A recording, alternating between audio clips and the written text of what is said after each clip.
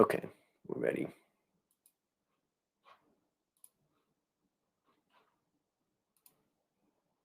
All right, going live. Let's talk a little bit about bubble. Bubble, toil and trouble. Today I'm going to show you some stuff about Japan and about the US. And I'm going to reveal to you some cool charts that we've made in our own research operation that can give you some idea about the overall market. So let's get into it. First of all, can it be a bubble if your eyes are wide open? That's the question.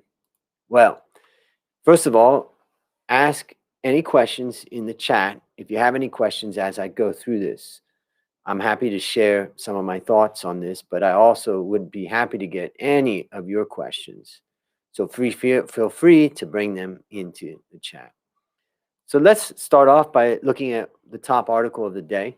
Japan's Nikkei closes above 30,000 on earnings rebound, economy growth hopes.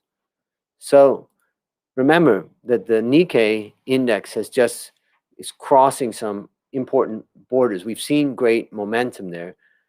For the first time in 3 decades, Japan's stock market index reached the 30,000 level. They had strong gains, mainly coming from energy, healthcare, and industrials. And in fact, we've positioned some of our strategy into Japan over the last year or so. This chart is interesting. It took 30 years for the Nikkei index to get close to its 1990 pre-asset bubble level. Now, we've just passed the 30,000 mark, but still we're not back to 40,000. That's crazy. I moved into Thailand in 1992. Japan had already just passed its bubble and was coming down. And look at how long it took, right? And so the main thing I would take away from this, and we do have strong momentum happening in Japan right now. I think it's an interesting market. There's a lot of listed companies there that are getting, very interesting. But for right now, I would say it's not necessarily in a bubble, right? I was looking at the price to book value and it was about 1.2, I think. Earnings PE was a little bit high at about 23 when I looked at it, but also earnings have actually been really low because of the crisis. So that leads us into the topic of today, and that is an asset bubble predictable? Can somebody predict a bubble? Well, let's just look at some of the experts. Here's an article from 2012 at the top. Robert Shiller eyes another tech bubble. There's going to be huge fortunes made, he said in 2012. Nobel Prize winner warns of U.S. stock market bubble. This was in 2013. And then fears grow over U.S. stock market bubble. This was 2015. An epic market bubble is ready to burst and stocks could plunge, strategists warn. 2018. Every one of those was wrong. And that's one of the reasons why momentum actually is quite an important factor when you're investing, because sometimes you may say that you feel like it's a bubble, but in fact, the market could go higher. And sometimes you want to ride that high. In fact, you could ride it for years. I think main thing is to have some of your risk management in place. So now I would summarize by saying nobody really can predict bubble. It's nice to think that you can. Since 2010, there's been numerous rumors predicting a bubble burst. And we would rather investigate the historical data to draw conclusions about the current situation. So I'm going to show you the next chart, first of all. And here, this chart shows you the blue line is EV to EBITDA. And EV to EBITDA is on the right-hand scale. And right now, it's at a little bit above 12. It's at 12.6 for EV to EBITDA. The last time that it was that high was back in the dot-com bubble.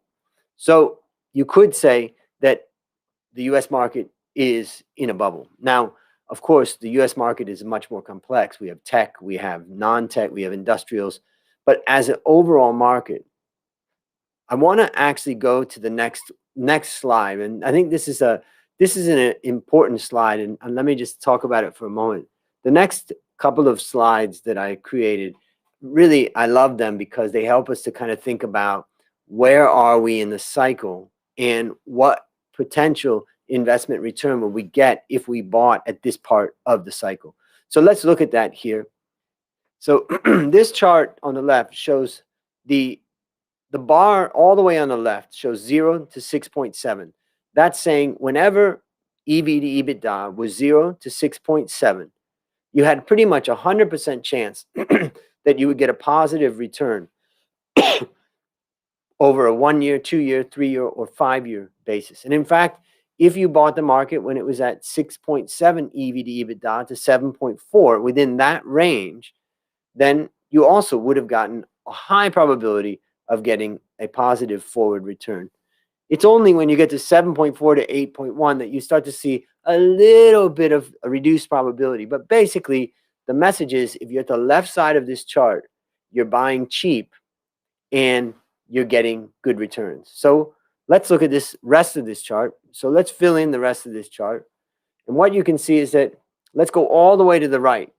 If the EV to EBITDA has been 12.3 and you invested in that time, what you could see is that 40% of the time you had a probability of a positive return in 1 year. 21% of the time you had a probability of 21% of the time you had a probability of getting a positive return. And the same was true for 3 years. And then for 5 years, you had a 30% of the time did you get a positive return. So this chart basically shows a declining, meaning when you buy cheap, you get a positive return. And when you buy expensive, you also get a negative, or you have a much less likely chance that you're going to get a positive return. Now, let's look at the actual return on this same chart. This is the annualized subsequent total return. So this is the real number. And what we can see is buying when EV to EBITDA is low gives about a 12 to 35% subsequent return. When I say low, I say 0 to 6.7. And if we continue this chart and we look over, what we can see is that when the market is at its most expensive point, 12.3 or above, what you see is that generally it's had a negative, on average, a negative 5%, a negative 9, a negative 6, and then a 1. Where are we right now? Well, we are there in that final area on the right. So that tells us a lot. Now, so what are the key points that I'm highlighting here? Stock market rally in Japan has taken 30 years to get even close to its previous asset bubble in 1991. For a decade, experts forecasted a U.S. bubble burst, and none of them turned out to be right. However, previously, EV to EBITDA at this high level in the U.S. has led to negative returns for up to 3 years. So the bottom line, the U.S. stock market is expensive. Consider reducing allocation to U.S. stocks. All right, there you go. Let's see if we got any questions or, all right. So I see Nate there. Thanks, Nate. There's Christian and Louisa. Great. So that's my look right now at the overall U.S. market, and try to understand what's our risk of negative return going forward over 1, 3, 5 years. I hope that helped, right?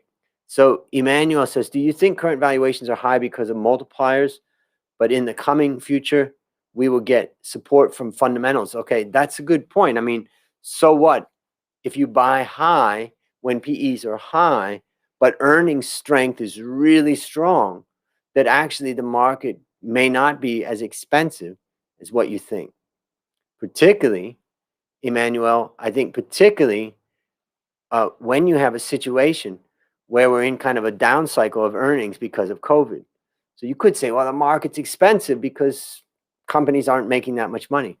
So I think that you could argue that point, and that could be a point that you decide to stay weighted in the US market. But even if that was the case and earnings started to come back, I would argue that you still are at a pretty high multiple. That EV to EBITDA multiple may come down to, let's say, maybe 11 or something, but it's probably not going to cause the market to be cheap. So I would say that that's a good argument, and it's something that we should look forward to. But for right now, I think it's also important to be careful about where you're at. Now, the other thing, there's Busugon. Hi, Busugon, nice to see you. The other thing that I would say is that another argument or counter argument to the US is just to say that it's all supported by tech. And tech is flying. And when tech's flying, basically it's only like 10 companies that are really going up in their value, and the rest of the companies are cheap. I definitely believe that there is a separation of the tech companies from all the others. So if somebody said I wanted to invest in the US, what I would say is some of those industrial companies, energy companies, there's many different companies now that could be a much more attractive investment than buying into the tech, which is very, very high. All right. And Louisa says, can this be used in the Asian market? Well, that's actually a good question. And maybe what we should do is look at the same thing for the Asian markets. The question is, which market do you want us to look at? That's the challenge. We can look at any market with this, but we need to get some idea about the markets you guys are interested in. All right. Well, I want to thank you guys all for being on this call and this little chat. And I hope that you have a great day ahead. Feel free to send me any messages or comments, and I'll try to cover other things over time. Have a great evening.